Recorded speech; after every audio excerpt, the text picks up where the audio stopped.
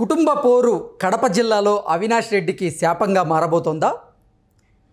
కడప బరిలో షర్మిల ఎంట్రీతో వైఎస్ అవినాష్ రెడ్డి రాజకీయ భవితవ్యం ప్రశ్నార్థకంగా మారబోతోందా అంటే అవుననే సమాధానం ఇస్తున్నారు కొంతమంది రాజకీయ విశ్లేషకులు.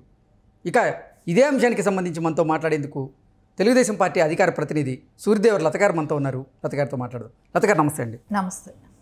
కుటుంబ పోరు కడప జిల్లాలో అవినాష్ రెడ్డికి శాపంగా మారబోతోందని, కడపలో షర్మిల ఎంట్రీతో వైఎస్ అవినాష్ రెడ్డి రాజకీయ భవితవ్యం ప్రశ్నార్థకంగా మారబోతోంది అంటూ కూడా ఒక వార్త ఇప్పుడు సోషల్ మీడియాలో చక్కర్లు కొడుతూ ఉంది. దీని మీద మీ అభిప్రాయం ఏంటి? రాజశేఖర్ రెడ్డి గారికి కడప జిల్లా కంచుకోట లాంటిది.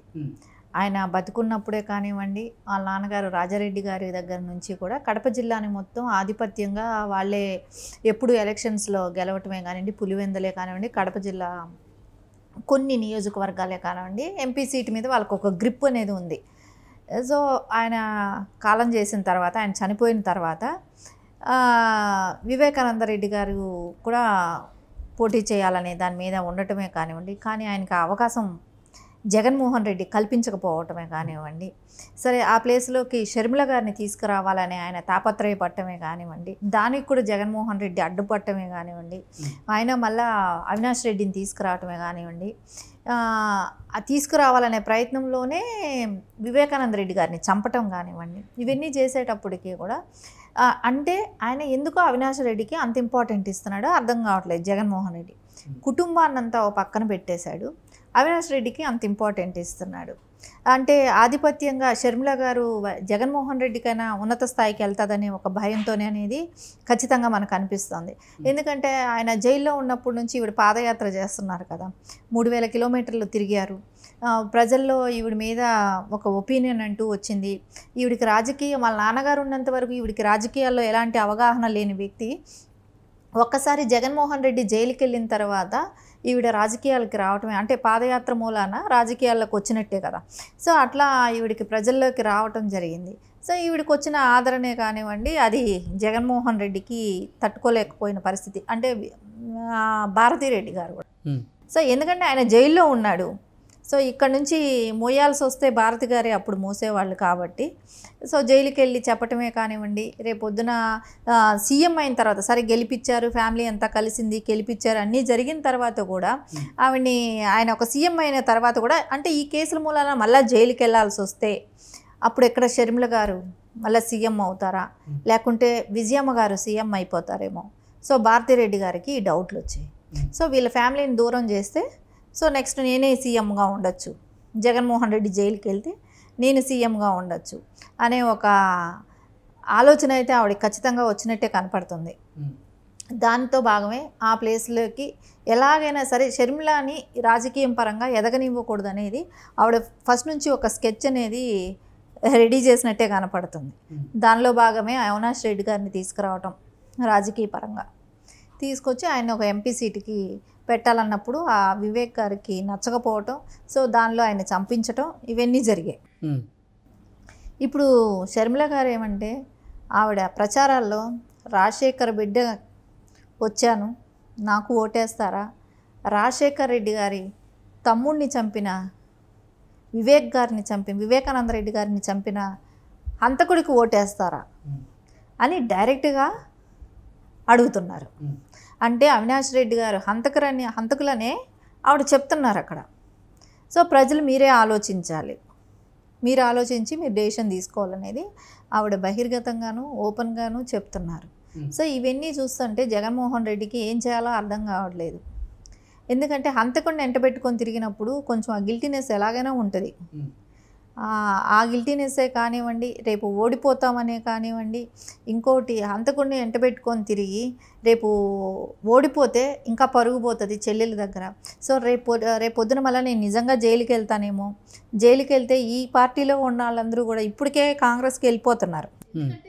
బేసిక్గా దానిలో ఉన్న వాళ్ళందరూ కాంగ్రెస్ నుంచి వచ్చిన వాళ్ళే, వైసీపీలో ఉన్న వాళ్ళు, వాళ్ళ పార్టీ వాళ్ళకు వస్తుంది, కాంగ్రెస్ వస్తుందన్నప్పుడు ఖచ్చితంగా మళ్ళీ వాళ్ళ కాంగ్రెస్కి వెళ్ళిపోయే అవకాశం కనపడుతుంది.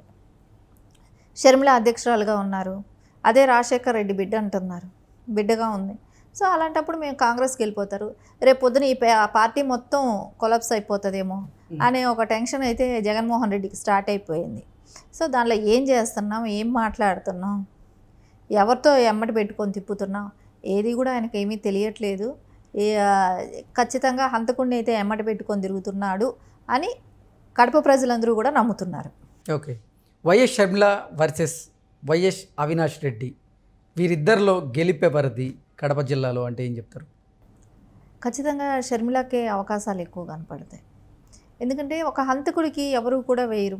వివేకానంద గారి కూడా ఆ జిల్లాల్లో పట్టు ఉంది కనుక ఆయన ఇదివరకు కూడా ఆయన అక్కడ ఎంపీగా గెలిచారు కూడా కనుక ఆయనకి ఎప్పుడూ అక్కడ ప్రజలతో ఒక అనుబంధం అనేది ఉంది. ఇదివరకు ఆయన చనిపోయేటప్పుడు అప్పుడు ఏమనుకున్నారు, ఆయన హత్య జరిగినప్పుడు ఏమనుకున్నారు, ఇది అపోజిషన్ పార్టీ చేయించింది, అప్పట్లో ఉన్న అధికారంలో ఉన్న తెలుగుదేశం పార్టీ చేయించింది అని ఒక సింపతితో వెళ్ళాడు, ఓటు తెచ్చుకున్నాడు. ఈరోజు ఎవరు జరిగింది, ఎవరు చేయించారు అనేది మొత్తం తెలుసు కనుక ప్రజలకి. సో ఖచ్చితంగా ఇదైతే కనపడుతుంది. ఖచ్చితంగా అదే ఫ్యామిలీ, అదే రాజశేఖర్ రెడ్డి బిడ్డే కానివ్వండి, వివేకానంద రెడ్డి బిడ్డే కానివ్వండి, వాళ్ళిద్దరూ కలిసి చెప్తున్నారు అవినాష్ రెడ్డిగా హంతకుడు అని. సో ఖచ్చితంగా ప్రజలకు అందరికీ కూడా ఇప్పుడు అదే అనిపిస్తుంది కదా, వాళ్ళు ఇద్దరు ఆడపిల్లలు, సింపతి ఆల్రెడీ క్రియేట్ అయిపోయింది. ఇద్దరు ఆడపిల్లలు రోడ్డున పడి మాకు న్యాయం చేయండి అని అడుగుతున్నారు. సో అలా అడిగినప్పుడు ప్రజలందరికీ కూడా ఆలోచిస్తారు కదా. సో ఒక అన్న సీఎంగా ఉన్నప్పుడు ఇద్దరు ఆడపిల్లలు అడుక్కుంటున్నారు న్యాయం చేయమని ప్రజల్లోకొచ్చి అన్నప్పుడు ఖచ్చితంగా సింపతి వర్కౌట్ అవుతుంది. ఖచ్చితంగా అవినాష్ రెడ్డి ఓడిపోతాడు.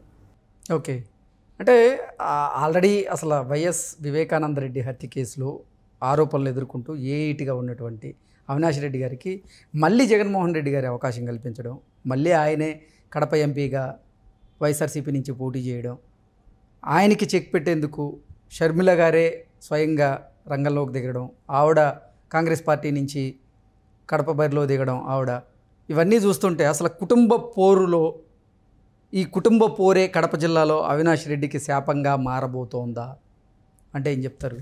అవినాష్ రెడ్డికి ఆయన రాజకీయంగా ఎదగాలి అనే ఆ కాంక్షతో ఏం చేస్తున్నామో తెలియదు అన్నట్టు వివేకానంద గారిని చంపించే ప్లాన్ చేయటమే ఆయన చేసిన పెద్ద తప్పు.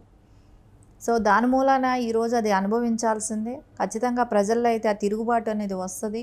అలా ఫ్యామిలీ మెంబర్స్ అయితే ఖచ్చితంగా కూడా అందరూ కూడా, అంటే ఒక వర్గం ఏదైతే మీరు వివేకం అంటే జనరల్గా మనకందరికీ కూడా ఎవరెవరు ఎలా రిలేటివ్స్ అనేది పెద్ద తెలియకపోవచ్చు. ఆ వివేకం సినిమా చూస్తే అవినాష్ రెడ్డి భారతి గారికి ఎలా చుట్టము అంటే ఆ సినిమా చూడకముందు ఏంటో బ్రదర్స్ అని అనుకుంటారు, అంతేగాని అవినాష్ రెడ్డి జగన్మోహన్ రెడ్డి బ్రదర్స్. కానీ అక్కడ వాళ్ళ తాతల దగ్గర నుంచి ఇద్దరు వైఫ్స్, ఇంకా అట్లా డివైడ్ అయిన ఫ్యామిలీ, ఆ ఫ్యామిలీ ఈ ఫ్యామిలీకి పెద్ద జగన్మోహన్ రెడ్డి తాతగారు రాజారెడ్డి గారి టైం నుంచే వాళ్ళకి వీళ్ళకి పడదనేదే కానివ్వండి, ఇవన్నీ కూడా మనకు స్పష్టంగా ఆ మూవీ వాళ్ళ వంశవృక్షం వేసి చూపెట్టిన విధానంలోనే తెలుస్తుంది.